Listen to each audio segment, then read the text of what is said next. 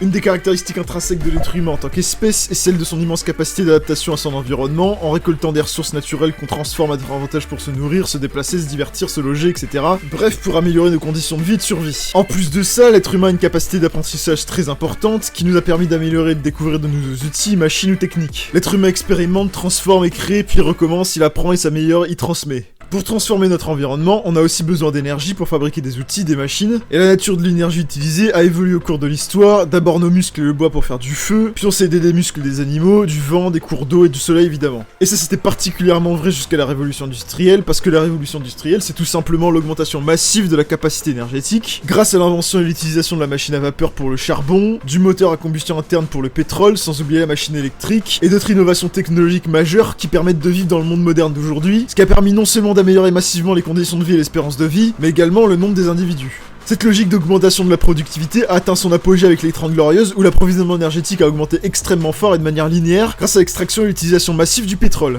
C'est ça qui a permis la mondialisation, puisqu'on a pu alimenter des moyens de transport de marchandises, et donc de mettre en concurrence les marchandises à travers le globe. Sauf qu'évidemment, personne n'a anticipé que la quantité de sources d'énergie n'était pas illimitée. On a basé toute notre économie sur l'idée qu'il y aurait une croissance infinie, parce que jusqu'à la fin des 30 Glorieuses, on n'avait pas de limite en termes de quantité d'extraction de ces sources d'énergie. Sauf qu'on a tellement augmenté leur utilisation durant cette période, que du coup ça a fini par arriver en fait. En 1974, on pouvait plus augmenter, et comme on n'avait rien anticipé, ça a été une catastrophe. D'abord ça a provoqué un chômage de masse, particulièrement chez les jeunes, puisque déjà le nombre d'individus a explosé avec le baby-boom, et sachant que le travail consiste à faire fonctionner une machine qui a besoin d'énergie, il n'y a plus assez de machines pour tout le monde. Surtout que les machines sont devenues de plus en plus grosses, c'est-à-dire plus productives avec la robotisation de la production. Ajoutez au fait que le travail manuel peu demandeur en énergie a été délocalisé en Chine ou au Bangladesh. Conclusion, on se retrouve avec je sais pas combien de millions de chômeurs. Donc ça c'est pour le chômage, mais ensuite ça a provoqué aussi une inflation énorme puisque le prix de l'énergie a explosé, et donc une explosion colossale de la dette publique puisque l'État a dû investir des milliards pour aider les entreprises pour limiter l'inflation, alors même que les recettes de l'État ont baissé. Sachant que le principe de la dette publique c'est de repousser le remboursement d'un paiement en attendant que la croissance revienne, et ça fait qu'elle a continuellement augmenté et qu'elle sera jamais remboursée puisque la croissance reviendra jamais. Et la crise de 2008 c'est le même principe, sauf que là c'est plus une stagnation de l'approvisionnement énergétique, mais c'est une baisse de l'approvisionnement énergétique. Parce que si on avait eu un retour de la croissance, les prêts risqués des banques américaines auraient pu être remboursés.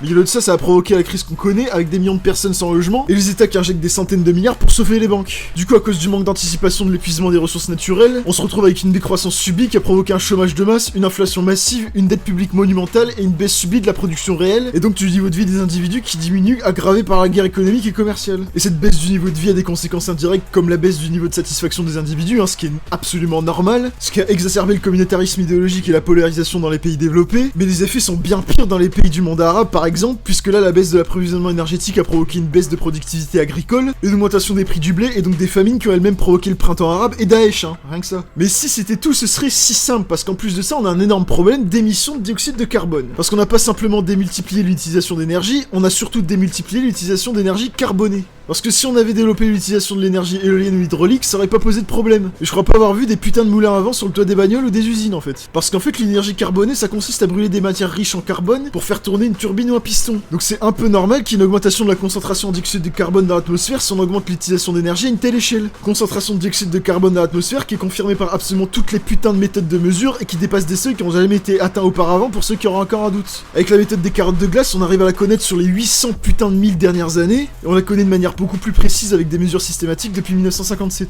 Et on peut savoir que c'est du carbone d'origine humaine parce qu'on analyse le type de carbone présent dans l'atmosphère et aussi la baisse de la concentration en dioxygène, parce que s'il y a moins de dioxygène dans l'atmosphère, ça veut dire qu'il s'est transformé dans une combustion. Et enfin, on peut également le savoir avec l'augmentation très rapide et très forte de la concentration en CO2 dans l'atmosphère qui s'observe depuis 200 ans, pile en même temps que la révolution industrielle. Donc si c'est pas à cause des humains, faudra m'expliquer comment ça se fait que pile au moment où on commence à cramer du charbon, et une augmentation de la concentration en CO2 qui a jamais été aussi rapide et importante par le passé. Et puis là j'ai parlé des émissions liées à l'énergie qui constituent la grande majorité des émissions de dioxyde de carbone d'origine humaine, mais aussi d'autres sources comme la cimenterie, la déforestation, les incendies volontaires et ceux liés au réchauffement climatique. Et puis j'ai parlé que du dioxyde de carbone qui constitue 76% des émissions de gaz à effet de serre d'origine humaine, mais seulement 41% de l'effet de serre d'origine humaine, parce qu'il y a d'autres gaz, comme le méthane qui constitue 20% de l'effet de serre d'origine humaine, mais qui constitue que 16% des émissions de gaz à effet de serre, parce qu'il a un effet de serre 30 fois plus important que le dioxyde de carbone. Et lui il vient de l'élevage bovin, des rizières, de l'exploitation des sources d'énergie carbonée. Et dernier gaz à effet de serre, faut pas oublier évidemment le protoxyde d'azote, qui vient lui notamment de tous les engrais azotés comme le fumier.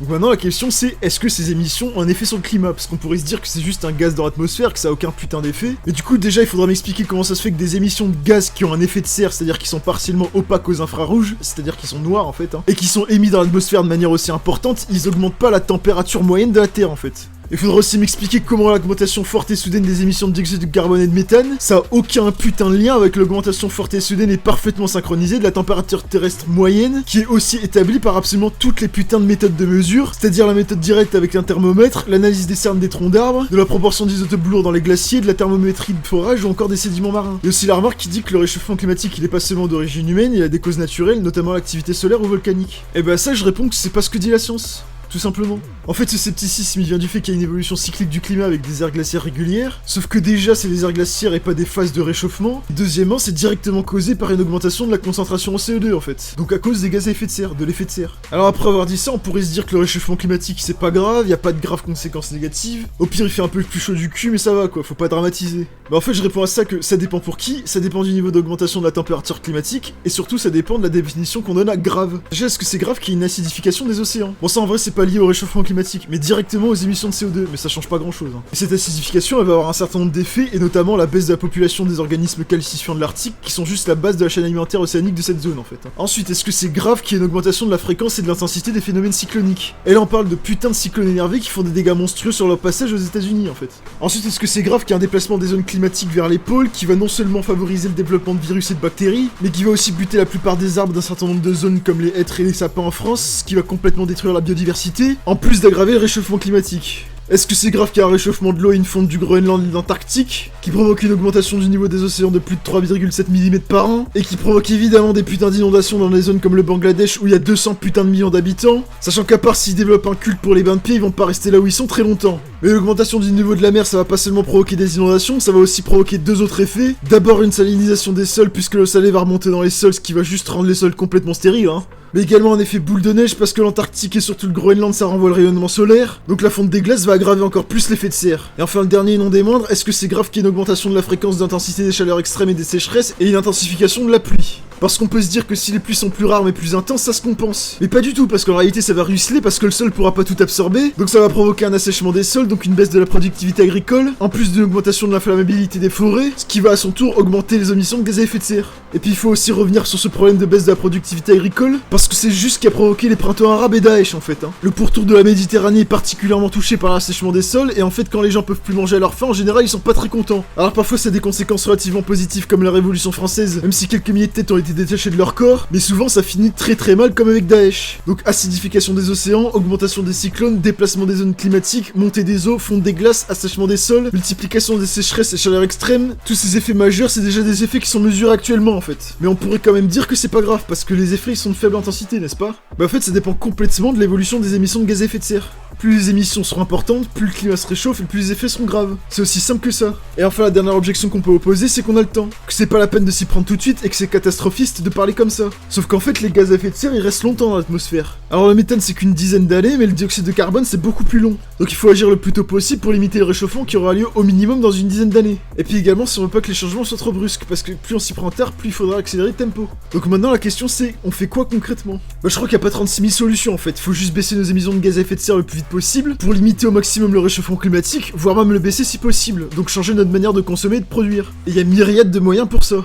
En fait, il y a 3 leviers principaux dans les actions de baisse des consommations émettrices en gaz à effet de serre. Premièrement, on peut créer des puits de carbone, c'est-à-dire globalement planter des arbres, en prenant en compte le fait qu'ils mettent du temps à pousser et qu'ils peuvent brûler. Deuxièmement, il y a la question du nombre de la population, parce qu'en fait, si on veut baisser l'empreinte carbone, soit on baisse la consommation polluante par personne, soit on baisse simplement le nombre de personnes vivantes, que ce soit par les naissances, mais aussi et surtout par la mort. Parce qu'en fait, pour l'instant, c'est pas le taux de natalité qu'il faut baisser, parce qu'il est presque à 2,1 enfants par femme, chiffre minimum pour le renouvellement des générations, mais espérance de vie et le taux de mortalité. Alors évidemment, on va pas non plus tuer les gens, mais permettre un accès facile et protégé au suicide assisté pour les personnes âgées, et surtout arrêter de s'obstiner à garder les gens en vie à tout prix alors qu'ils sont dans un état de santé horrible. Sachant que de toute façon le nombre de personnes vivantes va s'autoréguler, soit par des causes naturelles comme les épidémies, les famines, les catastrophes naturelles, soit par des causes anthropologiques comme les guerres. Et troisièmement, c'est la question de l'empreinte carbone moyenne par personne, c'est-à-dire la quantité de gaz à effet de serre qu'une personne a engendré par sa consommation de biens et services. Alors le problème c'est que l'empreinte carbone par personne elle est très inégalitaire. Une poignée de personnes utilisent des quantités gigantesques d'énergie par rapport au reste de la population, et c'est parfaitement corrélé avec le niveau de revenu des personnes évidemment. En bref, plus on est riche, plus on consomme.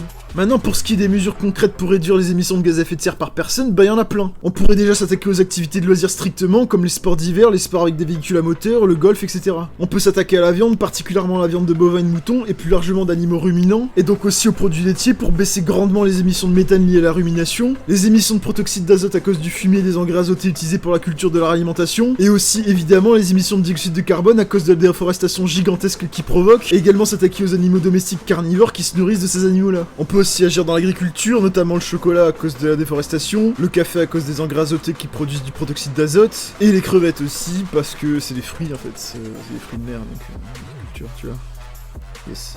Remplacer l'agriculture actuelle conventionnelle par de la permaculture pour arrêter le labour qui dégage du CO2 et en essayant de se passer totalement des engrais, parce que soit c'est des engrais azotés comme le fumier qui produisent du protoxyde d'azote, soit c'est du phosphore qui est issu de l'exploitation minière très polluante et qui est en train de s'épuiser de toute façon. Parce qu'il faut aussi s'attaquer à l'exploitation minière comme j'ai dit, pas seulement parce que les ressources minières sont en train de s'épuiser et que de toute façon il n'y en aura plus, mais également parce que c'est une industrie extrêmement émettrice en gaz à effet de serre, et moins il y en aura, plus il va falloir polluer pour en obtenir, donc il va falloir limiter notre consommation de ressources naturelles en tout genre, notamment tout ce qui est électrique comme les batteries électriques et les réseaux électriques qui nécessitent énormément de cuivre, de cobalt, de lithium et de métaux en tout genre, et puis augmenter la durabilité des machines et faire du recyclage aussi. On peut agir sur les transports avec le développement massif des transports en commun, des moyens de transport musculaire et du fret ferroviaire, faire des villes plus petites, s'attaquer en même temps à l'utilisation de la voiture et surtout de l'avion, et puis surtout en produisant localement, en arrêtant d'importer inutilement des objets des quatre coins du monde, eux-mêmes construits avec des composants qui viennent des quatre coins du monde. On peut s'attaquer au logement en rénovant les bâtiments, en ayant moins de logements, en ayant un logement plus petit, en baissant le chauffage et en installant des pompes à chaleur, et on peut s'attaquer au secteur de l'énergie en produisant une électricité la moins carbonée possible évidemment, donc se débarrasser des centrales à charbon et au gaz et les remplacer par des centrales nucléaires de 4ème génération, un peu de centrales hydrauliques, un peu de centrales au gaz et un peu des nouvelles énergies renouvelables comme les hydroliennes et autres, mais pour ce qui est de l'énergie, le plus important en réalité c'est la sobriété, donc la baisse pure et simple de la consommation. Bon, la liste est pas exhaustive évidemment, j'aurais pu parler de l'industrie du textile et de l'industrie chimique par exemple,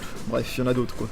Mais en fait, le plus simple, c'est de se laisser consommer comme on le souhaite dans le cadre de la limitation des gaz à effet de serre globale, tout en ayant pleine conscience de l'empreinte carbone de chaque bien et service qu'on consomme. Donc pour concilier cette liberté d'achat et la limite des émissions, ce que je propose c'est un budget carbone par personne qui consiste à permettre à chaque personne d'émettre une certaine quantité de gaz à effet de serre par sa consommation dans sa vie. Comme ça le bœuf et le luxe ça existe toujours, mais c'est juste extrêmement limité parce que ça demande de faire des concessions énormes. De toute façon, notre consommation elle finira par baisser tôt ou tard qu'on le veuille ou non. Et par ailleurs c'est déjà ce qui est en train de se passer, parce qu'il y a plus assez d'énergie pour continuer de consommer autant. Le pouvoir d'achat des gens il est déjà en train de baisser, donc là il s'agit d'organiser cette baisse dès maintenant pour qu'elle soit plus douce que si elle se faisait par une crise. En gros, il faut qu'on s'occupe du problème avant que le problème s'occupe de nous.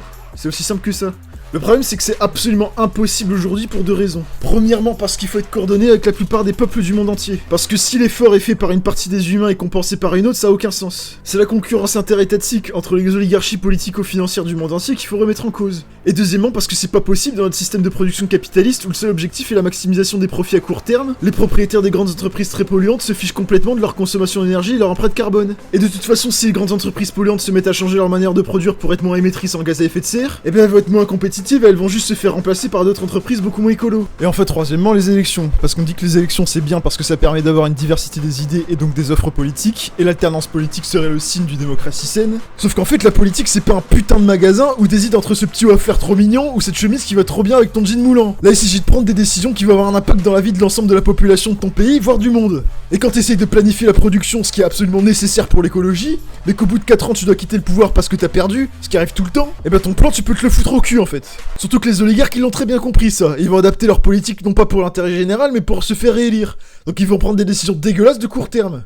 Et donc on arrive sur l'idée de la mise en place de la démocratie dans l'ensemble des pays du monde. Et donc on arrive sur l'idée de la mise en place d'un état fédéral global et démocratique qui remplacerait les états du monde actuels. Il faut que les peuples reprennent le pouvoir à leur oligarchie pour abolir la concurrence interétatique et le capitalisme, et passer une coopération des peuples pour limiter enfin nos émissions de gaz à effet de serre de manière significative. Je sais que ça peut paraître impossible, mais il faut le faire, il faut qu'on y arrive. Il faut tenter en fait, on n'a pas le choix. Je rappelle quand même que ça fait 50 ans que le rapport du Club de Rome est sorti en 1972. Et les oligarchies elles ont rien fait. Elles ont même fait le contraire en réalité. Et même 30 ans après la première COP en 1995, ils étaient tous au courant, ils ont rien fait. Donc faut pas compter sur eux pour nous sortir de la merde dans laquelle ils nous ont mis. Ça me paraît une évidence. Donc c'est à nous, le peuple dans son ensemble, de s'en occuper.